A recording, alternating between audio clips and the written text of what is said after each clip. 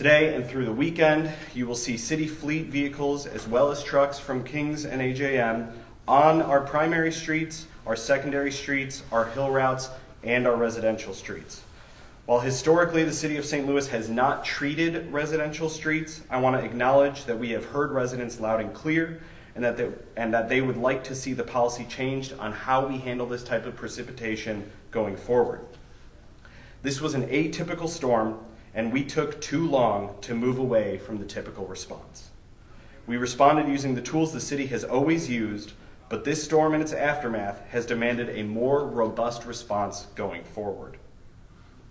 To our residents, we hear your frustration and we are addressing it. And we know that we need to change our current practices. Is the mayor confident in Beth O'Malley? Sure. Right now, we're focused on getting St. Louis dug out of this storm. Once we've met that objective, we need to take a look at what went wrong and where accountability needs to be held. I also want to thank her for listening to alders and residents and realizing that she needed to get out on the street and confirm what she was hearing herself.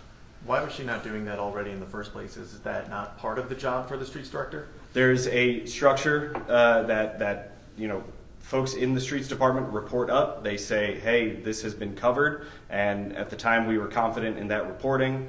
After Director Williams went out and saw the results of that for herself, we were no longer confident in that reporting, and that's why we pivoted to addressing that.